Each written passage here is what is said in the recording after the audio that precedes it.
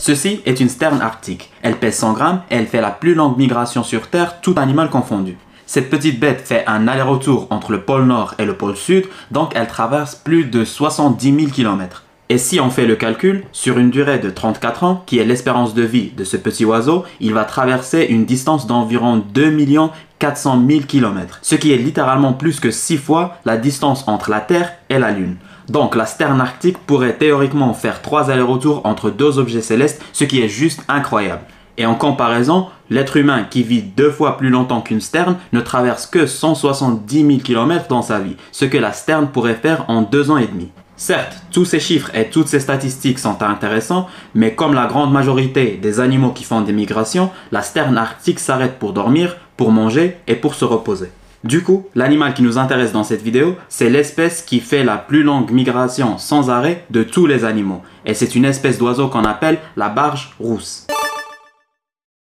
Salut à tous, c'est Reda d'Animalistique, j'espère que vous allez bien. Aujourd'hui, on va parler de ce qui est à mon avis la migration la plus intéressante de tous les animaux. Certes, elle n'est pas la plus longue, mais elle est la plus stupéfiante. La barge rousse est un petit oiseau qui pèse moins de 300 grammes et c'est à mon avis l'oiseau le plus impressionnant du règne animal. Il est juste incroyable dans tous les sens. Comme j'ai dit, elle effectue la plus longue migration sans arrêt parmi tous les animaux. Elle traverse 12 800 km sans arrêt. Oui, presque 13 000 km sans arrêt. De l'Alaska à la Nouvelle-Zélande en un seul coup et ça lui prend 11 jours pour le faire. Le plus impressionnant, c'est qu'il y a plusieurs espèces d'oiseaux qui peuvent couvrir cette distance, comme l'albatros hurleur, mais la barge rousse est la seule espèce qui doit le faire. L'albatros hurleur, par exemple, peut parcourir jusqu'à 12 000 km sans arrêt, en maintenant une vitesse de presque 130 km/h. Mais son envergure est presque 5 fois plus grande que celle de la barge rousse. En effet, l'envergure de l'albatros hurleur est la plus grande de tous les oiseaux vivants. Elle est de 3,7 mètres. Alors que la barge rousse peut se considérer chanceuse si elle atteint 80 cm d'envergure. La barge est obligée de faire ce long voyage pour sa survie. Et ce qui est encore plus ahurissant, c'est que pendant ces 11 jours de voyage non-stop, elle maintient une vitesse de 80 à 90 km/h tout au long du trajet. Sans arrêt, sans sommeil et sans nourriture en battant les ailes constamment, ce qui est juste incroyable. En comparaison, l'albatros peut planer pendant presque 1000 km et profiter des courants d'air chaud pour rester dans l'air. Avant de faire le voyage, toutes les barges se mettent à manger jusqu'à ce que leur poids double, parce qu'elles savent qu'elles ne vont pas s'arrêter pendant un très long voyage. Donc elles mangent tout ce qu'elles peuvent. Et après, elles font quelque chose que les scientifiques n'ont toujours pas résolu.